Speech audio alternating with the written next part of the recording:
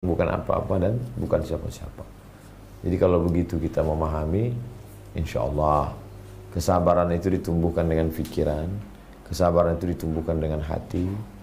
Pikiran dan hati itu menerima maklumat informasi dari telinga, inna sam'a dengar, wal basar lihat, wal fuad renungkan dan pikirkan. Kita sudah dengar tentang Nabi Ayub, kita sudah baca tentang Nabi Ayub, sekarang dia masuk ke hati kita, masuk ke pikiran kita. Kita menjadi orang yang lebih sabar, lebih ridha, melihat kekayaan keberhasilan sebagai ujian, melihat kesulitan hidup juga sebagai ujian. Mudah-mudahan kita selalu diberikan kesabaran Nabi Ayub alaihissalam. Di akhir majelis mari kita sama berdoa kepada Allah. A'udzubillahi minasyaitonirrajim. Bismillahirrahmanirrahim. Alhamdulillah rabbil alamin wassalatu wassalamu ala asyrafil anbiya'i wal mursalin wa ala alihi washabbihi ajma'in. Allahumma salli ala sayyidina Muhammad wa ala ali sayyidina Muhammad. Assalamualaikum ya Rasulullah. Allahumma ja'alna minas sabirin, jadikan kami orang yang bersabar ketika kau uji dengan kesulitan. Wa ja'alna minas syakirin, jadikan kami orang bersyukur ketika kau uji dengan kenikmatan. Allahumma syrah sudurana, lapangkan hati kami menerima semua yang sudah kau tetapkan. Allahumma ja'alna radina liqada'ik, jadikan kami orang yang ridha menerima segala takdir ketetapanmu yang sudah tertulis di Lauhul Mahfuz ya Allah. Wa ja'alna sabirin, jadikan kami sabar. Wa ja'alna syakirin, jadikan kami syukur. Wa ja'alna minal mukhlasin, jadikan kami termasuk orang-orang yang diikhlaskan, dijadikan Allah sebagai orang yang ikhlas. Rabbana taqabbal minna, terima segala amal kami, wa tub alaina, terima taubat kami. Rabbana fir lana dzunubana, ampunkan dosa kami, wa li abaina, ayah kami, wa li ummahatina, ibu kami, wa li azwajina, pasangan hidup kami, wa li dzurriyyatina, anak cucu keturunan kami, wa liman ahsana ilaina, orang-orang yang berbuat baik pada kami. Rabbana atina fid dunya hasanah wa fil akhirati hasanah wa qina adzabannar. Wa sallallahu ala sayyidina Muhammad wa ala alihi wasallam. Walhamdulillah rabbil alamin. Bapak, Ibu, abang, kakak, adik, sahabat hijrah bersama Ustaz Abdul Somad selalu dalam keadaan sehat walafiat, istiqomah, iman dan Islam, diberikan kebaikan dunia akhirat. Bang Alvin Firdaus beserta seluruh tim yang ada di Pontianak, juga tim yang ada di Pekanbaru Riau, mudah-mudahan kita semua selalu dalam lindungan Allah Subhanahu wa taala. Amin ya rabbal alamin. Kajian kita malam ini yang akan kita bahas adalah bagaimana pelajaran iktibar yang dapat kita ambil dari kisah Nabi Ayub alaihissalam. Saya ringkaskan dalam 7 poin. Poin yang pertama, nama Nabi Ayub itu sendiri. Ayub menurut para ahli artinya ar-raji'u ilallah, orang yang kembali kepada Allah. At-taibu ilallah, taba yatubu tauban, raja'a yarji'u ruju'an, raji', orang yang kembali kepada Allah Subhanahu wa taala.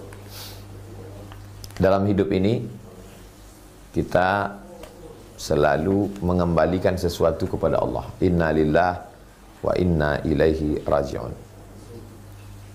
Zahibun ila rabbi sayahdin, saya akan kembali kepada Allah. Orang yang tidak tahu tempat kembali, dia bingung mau pulang kemana.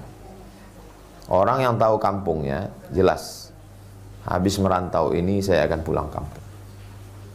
Jangan sampai kampung kita diambil orang, apalagi digusur kampung kita, diambil kampung kita, tak tahu mau pulang kemana.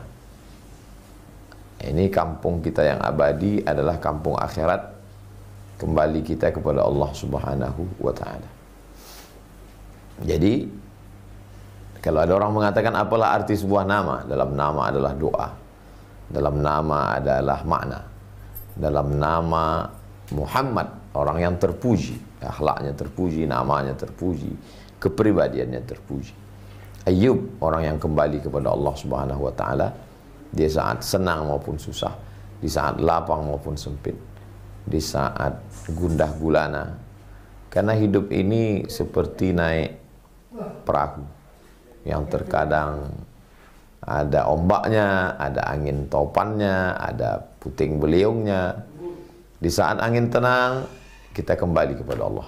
Kita katakan, alhamdulillah, anginnya tenang, udaranya cerah, ombaknya.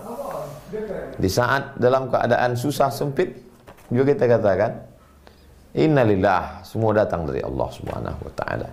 Semua ini ujian kepada Allah. Jadi di balik nama Nabi Ayub alaihissalam, bagaimana mengembalikan segala sesuatu kepada Allah Subhanahu wa taala. Itulah beda orang yang beragama dengan tidak beragama. Nah, ada orang menganggap kalau dia beragama, hidupnya tenang, tidak ada ujiannya. Nah, itu keliru. Nabi-nabi itu orang paling dekat dengan Allah. Tapi hidupnya juga penuh dengan ujian dan cobaan. Bedanya orang yang taat dengan orang tidak taat. Kalau orang tidak taat dapat nikmat, sombongnya luar biasa. Karena dia tidak bertuhan. Tapi kalau orang yang taat, saat dapat nikmat, dia rendah hati. Dia katakan, ini dari Allah. Ini pujian dari Allah. Orang yang bertuhan, saat dia dalam keadaan susah, dia mengatakan, saya sedang diuji oleh Allah. Semuanya datang dari Allah dan akan kembali kepada Allah. Senang datang dari Allah dan akan diambil oleh Allah. Susah pun datang dari Allah dan akan kembali kepada Allah. Saya ini milik Allah. Lillahi ma fis samawati wa ma fil ardh. Apa yang ada di langit, apa yang ada di bumi milik Allah. Ayub, saya akan kembali kepada Allah. Orang yang kembali kepada Allah dalam senang maupun susah. Itu sekilas nama Ayub alaihissalam. Bagaimana Nabi Ayub alaihissalam? Mana pernyataan bahwa dia seorang nabi? Bisa dibuka dalam surat Al-An'am. A'udzubillahi minasyaitonirrajim. Wa Nuhan hadaina min qablu wa min zurriyatihi, dan dari keturunan Nabi Nuh, Daud, wa Sulaiman, wa Ayyub, wa Yusuf, wa Musa, wa Harun. Wa kadzalika najzil muhsinin. Jadi beliau adalah salah satu dari nabi, rasul, utusan Allah Subhanahu wa taala. Nabi diambil dari kata naba. Naba artinya berita yang besar. Nabi orang yang membawa berita yang besar. Rasul diambil dari kata arsala yursilu rasulan, irsalan. Rasulun, orang yang diutus. Rasulullah, utusan Allah Subhanahu wa taala dari Allah kepada umat manusia. Kenapa cuma 25 nabi dan rasul yang kita yakini? Kita meyakini lebih banyak daripada itu. Adapun 25 dari Nabi Adam sampai Nabi Muhammad SAW, itu yang disebutkan di dalam Al-Quran. Dan salah satu yang disebutkan dalam Al-Quran itu adalah Nabi Ayyub alaihissalam. Tidak ada ikhtilaf di antara ulama bahwa beliau adalah salah seorang nabi pembawa berita, rasul, utusan Allah kepada umat manusia. Di antaranya adalah Bani Israel, karena beliau termasuk daripada keturunan Nabi Yaqub alaihissalam. Tapi katanya Nabi Nuh, kok Nabi Yaqub? Nabi Nuh turun kepada Nabi Ibrahim, Nabi Ibrahim turun ke Nabi Ishak, Nabi Ishak turun kepada Nabi Yaqub. Keturunan Nabi Yaqub salah satunya adalah Nabi Ayyub alaihissalam. Jadi kalau dilihat turunan atasnya Adam, turunan agak bawah dikit Nuh, turunan lagi ke bawah Ibrahim. Dari Ibrahim cabang 2, Ismail itu menurunkan Nabi Muhammad SAW. Ishak, inilah para nabi-nabi seperti Nabi Musa, Nabi Isa, termasuklah Nabi Ayyub alaihissalam. Jadi kalau ada orang bangga, oh kami ini keluarga, kata orang Yahudi, banyak nabi-nabi di antara kami. Satu sisi kemuliaan, tapi satu sisi juga adalah menunjukkan penyakitnya kronis. Alhamdulillah yang ke rumah kami ini banyak dokter, Pak Ustadz, dokter spesialis jantung, dokter jantung koroner, dokter spesialis diabetes, dokter spesialis kulit. Hebat berarti rumah itu banyak dokter datang. Tapi di sisi lain, itu berarti rumah itu banyak penyakitnya. Kalau di rumah kita mungkin dokter umum saja, mantri dari puskesmas sudah cukup. Lebih kurang begitu gambarannya. Memang dilebihkan dia. Banyak nabi-nabinya. Tapi penyakitnya juga luar biasa. Itu terjadi pada Bani Israel. Tapi, walau bagaimanapun, Nabi Ayyub alaihissalam diyakini oleh Yahudi, diyakini oleh Nasrani. Nanti kalau keluar suatu film Nabi Ayyub, jangan serta-merta kita tonton, karena ada banyak versi. Sama seperti Nabi Musa alaihissalam, sama seperti Nabi Ibrahim. Keluar filmnya, ternyata yang memproduksi adalah dari kalangan Yahudi atau Nasrani. Nah, itu versi mereka, jangan kita tonton. Lalu kenapa Nabi Muhammad SAW menceritakan tentang nabi-nabi itu? Nabi Muhammad kedatangannya mensucikan. Karena di antara sifat Nabi maksum. Mensucikan nabi-nabi yang dinodai sejarahnya. Ada nabi yang dituduh berzina, ada nabi yang dituduh mabuk, ada nabi yang dituduh mengambil istri orang. Itu diceritakan dalam kitab-kitab mereka. Maka datanglah Nabi Muhammad SAW mensucikan nabi-nabi itu. Jadi jangan katakan, oh ini nabi yang terakhir copy paste aja. Kalau nabi yang terakhir itu copy paste, berarti riwayatnya sama saja. Kedatangan Nabi Muhammad SAW menceritakan kisah nabi-nabi sebelumnya dengan mengkritisi berbagai macam tuduhan miring terhadap nabi-nabi itu. Meluruskan kembali sejarah. Maka yang diceritakan Nabi Muhammad SAW dalam Al-Quran lebih detail, lebih lengkap. Ambil contoh Nabi Isa alaihissalam. Satu dalam surat Ali Imran, Ali keluarga, Imran punya istri bernama Hannah, Hannah punya anak bernama Maryam, Maryam punya anak bernama Isa alaihissalam. Lengkap detail tentang Nabi Isa. Satu lagi setelah surat Al-Kahfi, surat Maryam. Bagaimana detailnya kelahiran Nabi Isa, selengkap-lengkapnya. Masa yang copy paste lebih lengkap daripada naskah asli? Nah, itu. Jadi banyak tuduhan-tuduhan itu mesti dibantah dengan pemikiran. Ilmu dibantah dengan ilmu, argumen dibantah dengan argumen. Emosional tidak menyelesaikan masalah. Kedatangan Nabi Muhammad SAW menceritakan nabi-nabi yang sebelumnya, meluruskan sesuatu yang menistai kepribadian para nabi, melecehkan, menodai. Maka Nabi Muhammad SAW mensucikan agama ini, menyempurnakannya. Al-yawma akmaltu lakum dinakum. Hari ini kusempurnakan agama kamu. Wa atmamtu alaikum ni'mati. Kusempurnakan nikmatku. Wa raditu lakumul Islam madina. Aku ridhai bagi kamu agama Islam sebagai agama kamu. Yang ketiga, Nabi Ayub alaihissalam, wa kadzalika najzil muhsinin. Dia termasuk orang yang ihsan. Maqam yang paling tinggi ihsan. Iman, Islam, ihsan. Orangnya muhsin. Jamaknya muhsinun. Jadi objek muhsinin. Wa kadzalika najzil muhsinin. Demikianlah kami beri balasan kebaikan kepada orang yang sudah sampai pada maqam ihsan. Nabi Ayub sampai ke level itu. Keluarganya sakinah mawaddah warahmah. Anak-anaknya soleh dan solehah, sehat-sehat. Kebunnya subur, ternaknya melimpah ruah, rezekinya banyak. Balasan dari Allah SWT atas kebaikannya. Tapi di sisi lain itu juga ujian.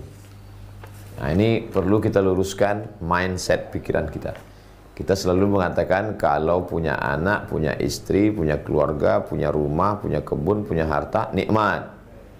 Kalau sakit, kalau mati, kalau rugi, kalau miskin, kalau susah, laknat. Tidak begitu cara pandangnya. Anak ujian. Innama amwalukum wa auladukum fitnah. Sesungguhnya harta kamu dan anak kamu adalah ujian. Wala nabluwannakum bisyai'in. Kami akan menguji kamu. Wa balawnahum bil hasanati was sayyi'at. Kami uji kamu dengan hasanat yang baik-baik.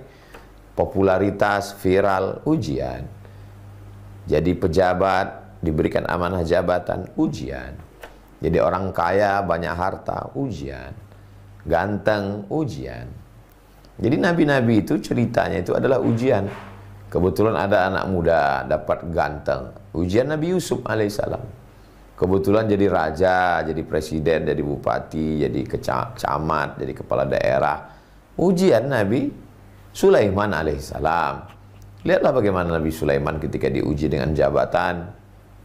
Tidak ada semut yang terinjak. Nabi Sulaiman jalan, dia katakan berhenti, stop. Kenapa? Karena saya dengar ada panglima semut berkata, udkhulu masakinakum. Wahai semut-semut, semuanya kamu masuk sarang. Kenapa? Karena pasukan Sulaiman akan datang, awas terinjak perut kamu. Jadi kalau jadi pemimpin itu amanah, hanya secuil kekuasaan yang digunakan Allah. Jangan sampai ada rumah semut yang terganggu. Jangan ada perut semut yang pecah. Apalagi rumah rakyat, apalagi kampung rakyat, apalagi milik orang. Kita akan dituntut di hadapan Allah Subhanahu wa taala. Jangan sampai kita ambil mata pencaharian orang. Jangan sampai kita zalimi orang. Ittaquz zulma, takutlah pada perbuatan zalim. Fa inna zulma zulumatun yaumal qiyamah. Karena perbuatan zalim akan menjadi kegelapan pada hari kiamat. Kalau menang, kalau terpilih nikmat, kalau kalah laknat. Belum tentu. Nah, jadi memahami itu dalam kacamata bingkai ini semuanya ujian. Kalau begitu cara kita memandang ujian, insya Allah kita akan selamat. Makanya saat dapat jabatan, seperti ucapan Nabi Sulaiman alaihissalam, hadza min fadli rabbi, ini adalah karunia dari Tuhanku, liyabluwani, untuk menguji aku, aashkur, apakah aku akan menjadi orang yang bersyukur, am akfur, atau justru aku menjadi orang yang kufur. Maka Nabi Ayub alaihissalam ketika diuji dengan ujian yang begini, dia tetap menjadi muhsinin, orang yang ihsan. Apa itu ihsan? Anta'budallah ka'annaka tarah, menyembah Allah seperti seakan-akan dilihat Allah. Fa illam takun tarah, kalau tidak merasa melihat Allah, tidak bisa melihat Allah, fa innahu yarak, rasakanlah Allah melihat engkau. Ini anak titipan Allah, ini kebun titipan Allah, ini binatang ternak titipan Allah, ini istri titipan Allah. Dia tidak menjadi angku, tidak sombong. Ini anak saya, ini keluarga saya, karena saya hebat manajemen ekonomi, ini jabatan saya. Apa beda kita dengan orang ateis? A, tidak, T, Tuhan, is, keyakinan. Orang yang meyakini tidak ada Tuhan. Na'udzubillah. Orang yang bertuhan, ketika dia mendapat nikmat, dia katakan, hadza min fadlillah, ini karunia dari Allah. Liyabluwani, untuk menguji saya. Nabi Ayub tidak sedikit pun sumbing imannya. Ketika mendapatkan nikmat itu, dia tetap bersyukur, dia tetap baik, dia tetap beradab, dia tetap berakhlak, dia tetap memuji, dia tetap mengagungkan, dia tetap memuliakan Allah. Dia sadar bahwa diri dia adalah makhluk yang diciptakan, sedangkan yang menciptakan adalah Al-Khaliq, Allah Subhanahu wa taala. Memahami bahwa semua kenikmatan adalah ujian. Sehat ini ujian, sakit juga ujian. Banyak orang yang lulus ujian sakit, ujian sehat banyak yang tidak lulus. Harta ujian, miskin juga ujian. Yang lulus banyak ujian miskin. Pas dikasih ujian harta, lupa. Kenapa si Anu itu masuk penjara? Ya, korupsi. Yang korupsi itu kan orang yang punya harta. Yang korupsi kan orang yang punya jabatan. Orang yang nggak punya jabatan, apa yang mau dikorupsi? Makanya banyak ketika menjadi